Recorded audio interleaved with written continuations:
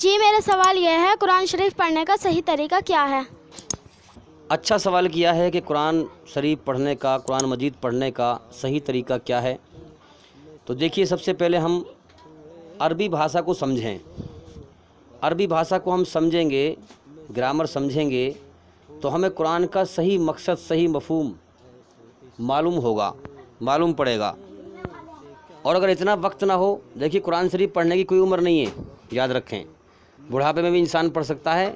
سب سے پہلی چیز ضرورت ہے انسان کو کہ اللہ کی طلب ہو، اسے جیون کا مقصد جاننا ہو کہ میں کون ہوں، کہاں سے آیا ہوں، مجھے کس نے پیدا کیا ہے، کیوں پیدا کیا ہے، مجھ سے چاہتا کیا ہے۔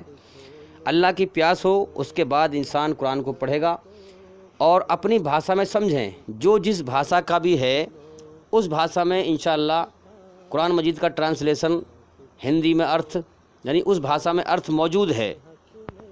تو جو جس بھاشا کا بھی ہے اپنی بھاشا میں قرآن کو سمجھ کے پڑھیں، اور اللہ تعالیٰ سنسار کا مالک اس میں کیا حکم دے رہا ہے ہمارے لیے ان کو سمجھیں اور اس پر پھر عمل کریں، اپنی زندگی کو بدلیں اور آگے بڑھتے رہیں، پیچھے نہ ہٹیں، آگے بڑھتے رہیں، اس کا گیان، اس کا علم حاصل کرتے رہیں۔ آج ہم دیکھ رہے ہیں عام طور پر اس امت میں یہ بیماری ہو گئی ہے کہ قرآن مجید کو کثرت سے پڑھتے ہیں مگر اس کے ایک حرف کا مطلب نہیں پتہ۔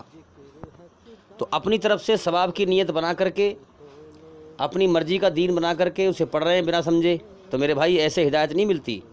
ہدایت جب ملتی ہے، اللہ تعالیٰ جب راستہ دکھاتا ہے اپنا، جب انسان اللہ کی کھوج میں، اللہ کی پیاس میں، اللہ کے لیے کوشش کرے، محنت کرے، اپنی بھاشا میں سمجھے قرآن مجید کو۔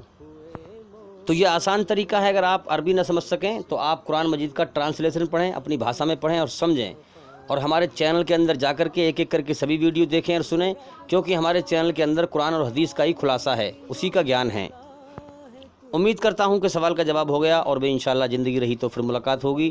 السلام علیکم ورحمۃ اللہ وبرکاتہ۔